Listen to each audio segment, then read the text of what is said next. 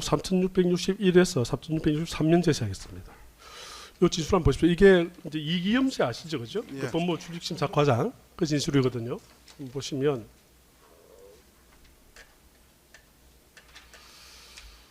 자, 멘트 보게 되면 12월 9일 국회 법사위 개최 중이었고 당시 배상학 본부장님은 법사위 회정에 배석해 있었습니다. 공수처는 윤석열 전 대통령의 비상경 관련한 직권남용 혐의 등으로 저희 출입국 심사과에 출금지 요청을 했습니다. 그래서 배상학 본부장님은 이런 상황에서는 출금지를 안 걸 수가 없다. 우리는 출금지를 걸자는 취지로 윤석열 대통령에 대해 출금지를 하기로 결정을 했습니다. 그랬는데 어떤 의원이 배상학 본부장에게 공수처에서 윤 대통령에 대해 출금 요청을 했다고 하는데 출금했냐라고 물으니까 배상학 본부장이 몇 분 전에 윤 대통령에 대해 출금 조치를 했다라고 발언했습니다. 그런데 배상학 본부장이 이어가던 발언을 할 당시에는 저희는 출입국 정보 시스템에 출입금 입력을 막 하려고 하는 상황이었는데 배상학 본부장이 국회 출금을 걸었다고 발언한 것을 보고 저희 실무자인 이혜정 계장에게 지금 바로 출금 입력해라 라고 지시해서 윤 대통령에 대한 출금이 이루어졌다 이렇게 진술하고 있거든요. 그러니까 증인 지시한 거는 맞는 것 같은데 증인이 지금 출금지 된지 여부는 확인하지 않은 상태에서 국회에서 윤 대통령에 대해서 출금지가 이루어졌다라고 발언하신 건 맞는 거 아닙니까? 지금 실무자가 그렇게 이야기를 하고 있잖아요. 그러니까 아까 정확하게 입력 시점까지 제가 알 수는 없는 상황이고요. 네. 제가 지시를 했으면 바로 했을 거라고 생각했습니다. 네. 네, 그 정도로 넘어가겠습니다.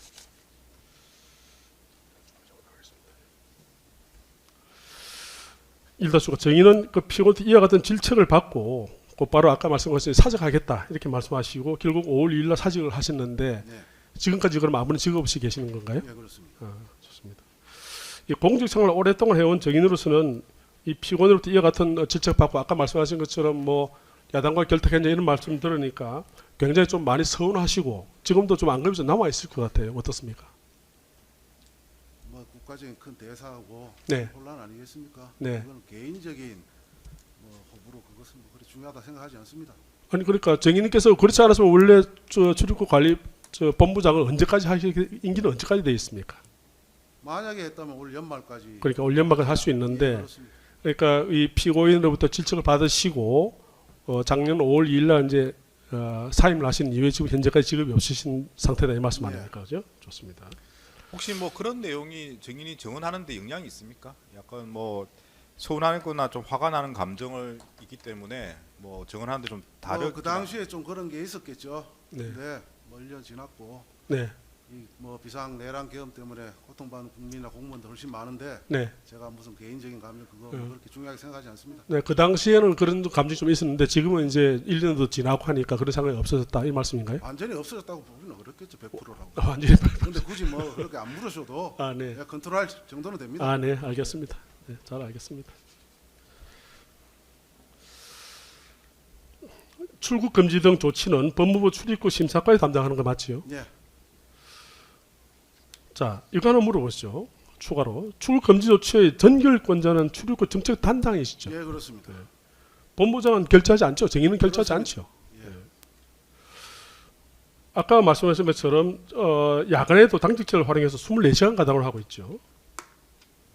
예. 네. 이다시 양 생략하겠습니다. 아까 말씀하셨기 때문에. 정의는 그 긴급 출국 금지에 대해서 알고 계시지요? 예. 네. 이 긴급 출국 금지 업무는 법무부 출입국 심사과가 아니라 공항 또는 항만에서 먼저 출국 금지 대상자에 대해 출국 금지를 한 다음 6시간 이내에 법무부의 승인을 받으면 되는 거 맞습니까? 예.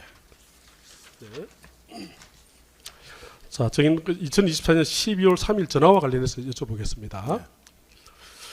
정의는 2024년 12월 3일 23시 03분경에 피고인으로부터 전화받은 사실이 있죠. 예. 그렇죠? 정거기록 323인제 시작했습니다. 요게 증인께서 2025년 2월 10일에 이제 처음으로 진술하신 내용입니다. 그죠? 네, 보면 그때 말씀을 하신 게 이렇게 하셨어요. 장관님이 제게 전화로 비상 상황인 것을 알고 있느냐? 라고 물어봐서 제가 네 알고 있습니다. 라고 말을 했습니다. 그런 다음 장관님이 제게 오고 있느냐? 빨리 와라라고 말을 한 후에 전화를 끊었습니다. 이렇게 진술하셨습니다. 이 진술은 맞죠? 이렇게 진술하신 거 맞죠? 네. 그 다음에 증거기록 330에서 331면 제시하겠습니다. 증인은 당시에 피고인이 빨리 나오라는 것이 지시였고 다른 언급은 없었습니다. 라고 이렇게 말씀하셨고 그 내용이 전부입니다. 이렇게 말씀하셨는데 이것도 맞죠? 이렇게 진술하신 거 맞죠? 네.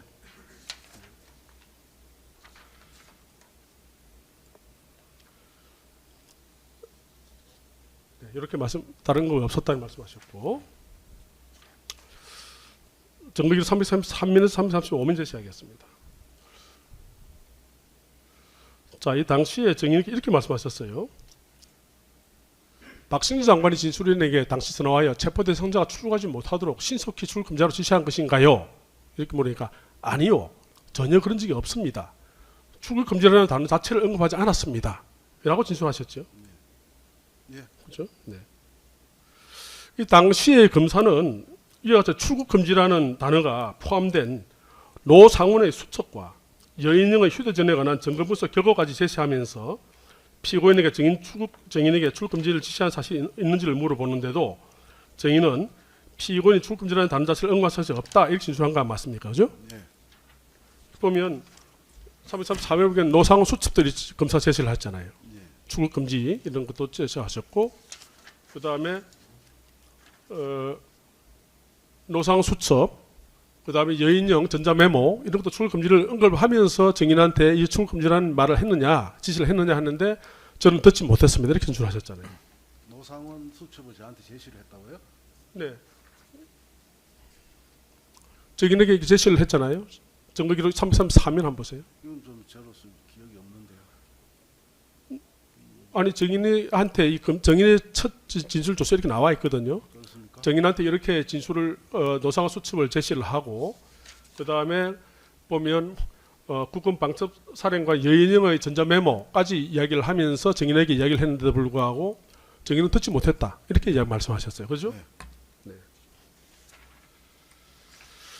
아까도 증인 비슷한 말씀하셨는데 처음에 그 비상계엄 사실을 알고 있느냐 빨리 법무부로 나와라 할 때 혹시 외국인 테러가 발생한 것이 아닌가 하는 생각이 났던 거 아닙니까? 제일 먼저 출국 금지팀까지 조합을 했을 때 그 생각이 났습니다. 네. 처음에 네. 저기 변필건 실장이 기업이라는 단어를 먼저 했을 때는 그 생각이 안 났고요. 네네. 장관이 전화를 오고 출국 금지팀이라는 단어를 들으니까 이거는 우리와 관련된 뭔가 사항 아닌가 해서 그 생각이 먼저 떠올랐다는 말씀입니다. 그러니까 지금 증인이 좀 이래 이제 지시를 보게 되면 이렇게 말씀하셨어요. 테러 관련해서 출입국 심사과에 몇 명 나오러 한 것 같습니다. 저는 장관님 전화를 받고 난 다음 혹시 외국인 테러가 발생한 것이 아닌가라는 생각이 문득 오밤중에 떠올랐습니다. 테러 관련해서 출입국에 연관되어 이렇게 나오러 한 것 같습니다. 이렇게 진술하셨어요. 맞죠? 예. 이렇게 진술한 거 맞죠?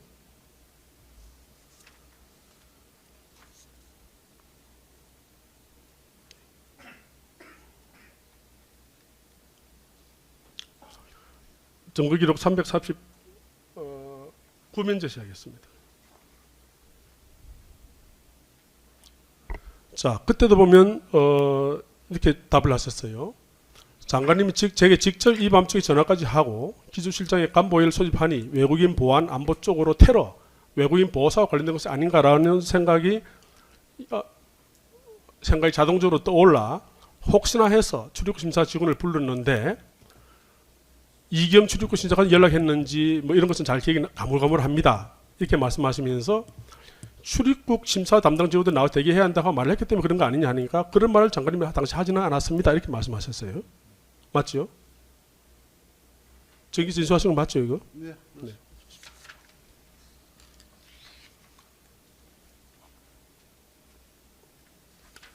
3-7항까지 물었고요. 3-8항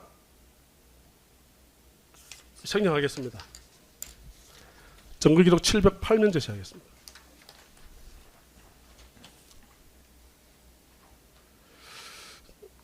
증인은 1회 조사가 그때 2025년 2월 10일에 있었고 이제 2회 조사가 6개월 가량 지난 2025년 8월 8일에 이제 있었거든요. 한 6개월 지났어요. 그때 이제 특검에서 진술한 진술 내용입니다. 한번 보세요. 정인께서 그때 뭐라고 말씀하셨냐면 2025년 8월 8일 특검에 진술할 당시에는 계엄 발생한 것도 알고 있느냐, 오고 있느냐, 빨리 와라, 출국 금지팀을 대기시켜라 라고 이렇게 검찰 1회 조사할 때하고 달리 진술을 이렇게 변경을 하셨어요. 그때 출국 금지팀을 대기시키라는 말을 처음 하셨어요. 예. 그죠? 맞죠? 증거기록 3059민 제시하겠습니다.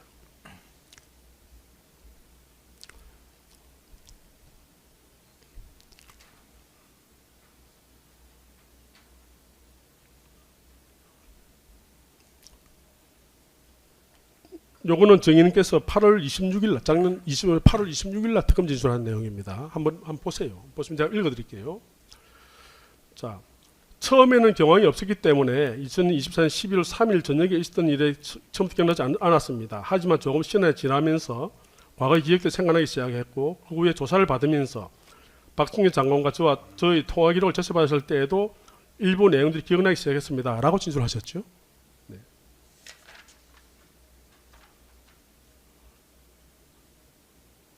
정거기록 5161면 제시하겠습니다. 이 정의에서 이제 마지막으로 2025년 9월 11일 날 특검에 진술하신 겁니다. 한번 보십시오. 제가 중요한 부분 읽어드릴게요.